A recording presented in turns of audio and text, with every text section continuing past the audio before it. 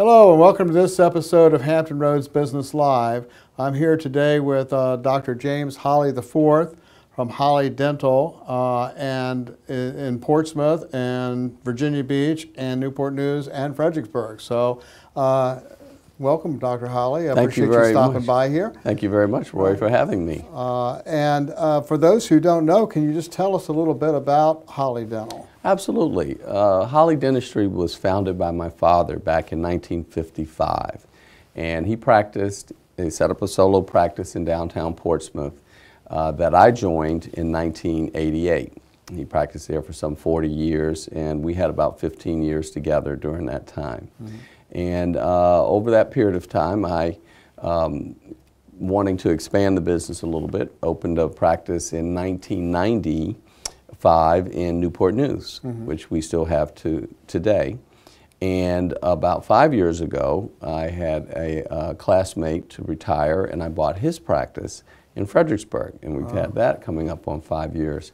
And on Monday of next week, we'll be opening our practice in Virginia Beach. Wow. Okay. So now I know that your Portsmouth office is on Effingham. Yes. Where is the Newport News office? Newport News office is in the Hilton Village section of Newport News on Warwick Boulevard, 9916 Warwick Boulevard. And the Fredericksburg office is in the Central Park Business District, which is a big commercial business area in Fredericksburg on 970 Bragg Road. Mm-hmm. in Fredericksburg, and the Virginia Beach office is going to be on General Booth Boulevard at near the corner of General Booth and Burton at 940 General Booth Boulevard. That's a pretty good location there. It's a great location. Yeah. Okay, well that's great. Sounds like you're certainly no stranger to success. Well, we're trying.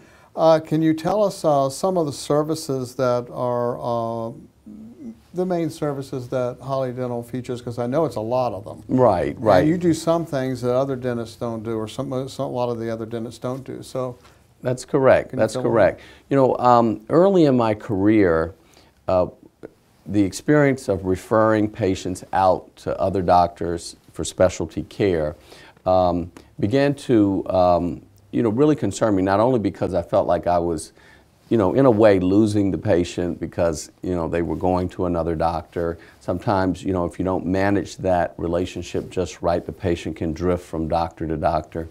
And also, when you finish dental school, you're taught a very, finite set of skills in terms of being able to deliver dental care. And it's really up to the practitioner to further educate themselves through continuing education after dental school. So I had begun to do this on a regular basis, and really my eyes were opened and my horizons were broadened to what was available to the general dentists if they just were properly trained. And very early on in my career, I got into cosmetics. I took several cosmetic courses which involve, veneers and tooth color restorations. And right after that, having honed those skills, I got into dental implants. I found that I had a affinity for surgery, and so implants involve, surgery throughout the mouth, and I felt very comfortable with that. And once I got very comfortable with that, I started removing my own wisdom teeth, and that has just opened up a whole world of services for Holley Dentistry. Most of the time, as you can imagine, when a person is getting a wisdom tooth removed or getting a dental implant or something invasive done, they pretty much want to be asleep. So then I got really into sedation dentistry. I was going to ask you about sedation. Yes, I got into sedation dentistry through the Dental Organization of Conscious Sedation. And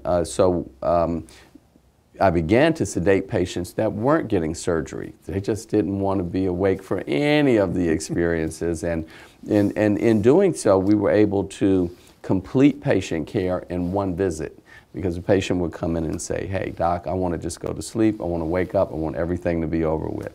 So we do a lot of sedation dentistry in our practice. Okay. All right, and you find the patients certainly like it. They do, very much so. We get a lot of referrals from it, and it's a very interesting and rewarding aspect of practicing dentistry when you can have your patient completely relaxed and without any type of anxiety during the procedure. And the next day they call and say, "Doc, that was great," because I didn't remember anything. Right, and now when you use sedation, people may or may not know, including myself, are they asleep, totally asleep? No, I relaxed? do. They're in what's called conscious sedation. In other words, I can speak to them and they can respond. It's done orally with medication. It's not IV sedation where the patient's completely out and then they wake right up. So I do conscious sedation. It's much safer. It's not a very deep sedation, and we get the same results. The patients really like it. Okay, and on your dental implants, that is a longer procedure. Well, correct? I mean, the process is a longer one. Well, yes, it is in terms of getting it to completion, but to actually place a dental implant, it's really no longer than performing a procedure like doing a crown or a few fillings on a tooth.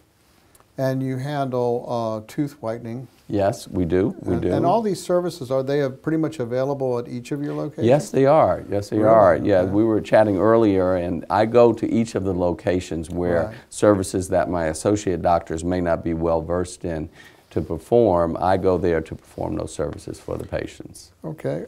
One of the questions that I had down here was discuss the emphasis on cosmetics, implants, and sedation dentistry in your practice. Well, you've been talking about the sedation part. How about the cosmetic part? What do you see people requesting the most? Well, veneers? Tooth-colored fillings, straightening their teeth with veneers. I don't know if your audience can tell, I'm wearing braces right now. And, and a lot of patients, especially as they get older, don't want to wear braces. And a way to totally straighten their smile in 3 to 4 weeks is with veneers. And so it's just a thin shell that's placed over the tooth, and you can redo your whole smile. And with all of the emphasis on health care and looking good and feeling good, there have been many studies that show that when a person's mouth, they feel good about it, they really feel good about their whole self. And it really raises their self-esteem. Right, well, yes. I'd agree with that. Let me ask you, have you always wanted to be a dentist, or have you always wanted to be on your own business? Or? Well, no is the honest answer to that question. My dad never encouraged me to become a dentist. Really? He never did. Not one time did he say, "You ought to do this." And even though that was a big part of our lives, his dental practice, going to dental conventions, and most of his friends were in the field, and so we had a lot of exposure early on. When I left to go to college, my major was fashion design and merchandising. Really? Exactly. But my brother used to tease me. He says, "You want to be in GQ. You don't want to design the clothes. You want to be in the magazine. It's a difference, you know." But I spent about a semester exploring that desire, and I came back to healthcare and medicine. I always loved working with my hands, and I spent a few weeks in the hospital. I really didn't like the the aspect of life and death that goes on in a hospital. And dentistry, in many ways, was like fashion design. You were taking something and that wasn't quite complete yet and remaking it. It was still a design and kind of a creative aspect to it.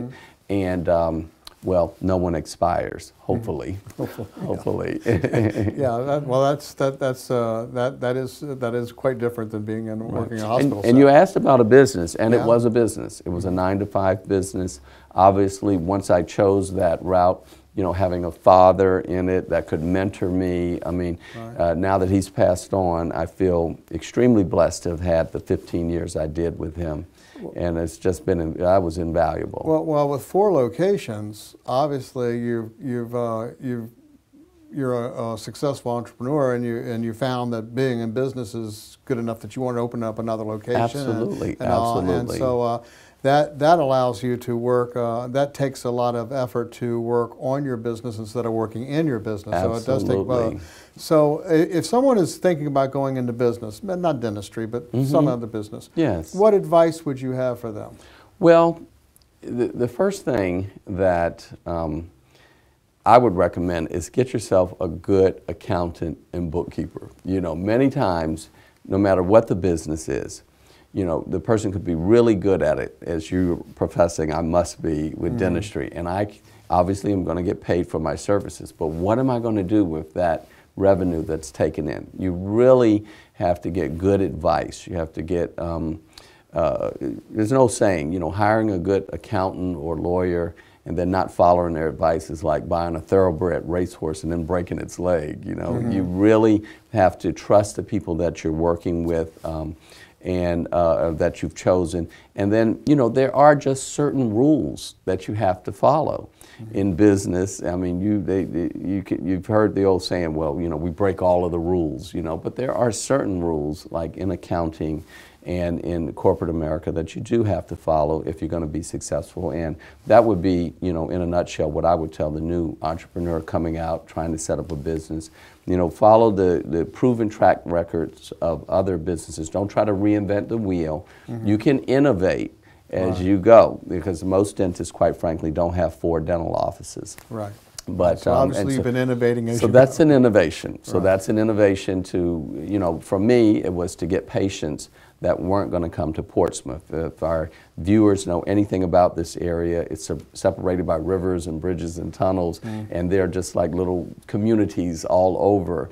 And when you live in those communities here, the trend is you don't go to another community. So, you know, I have gotten patients from Newport News and Virginia Beach and Fredericksburg that would have never come to Portsmouth, and now some of them do. They say, no, I only want to see you, and I'll drive down there. So.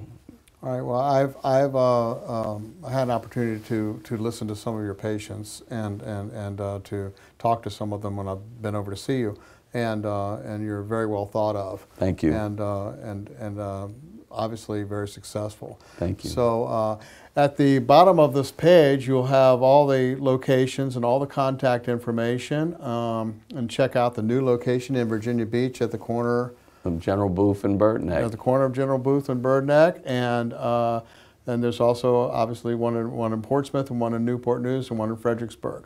So thank you very much for visiting us today. You're welcome. And we wish you a great deal of success. Thank you. Thank you. All right. Bye-bye. Bye-bye.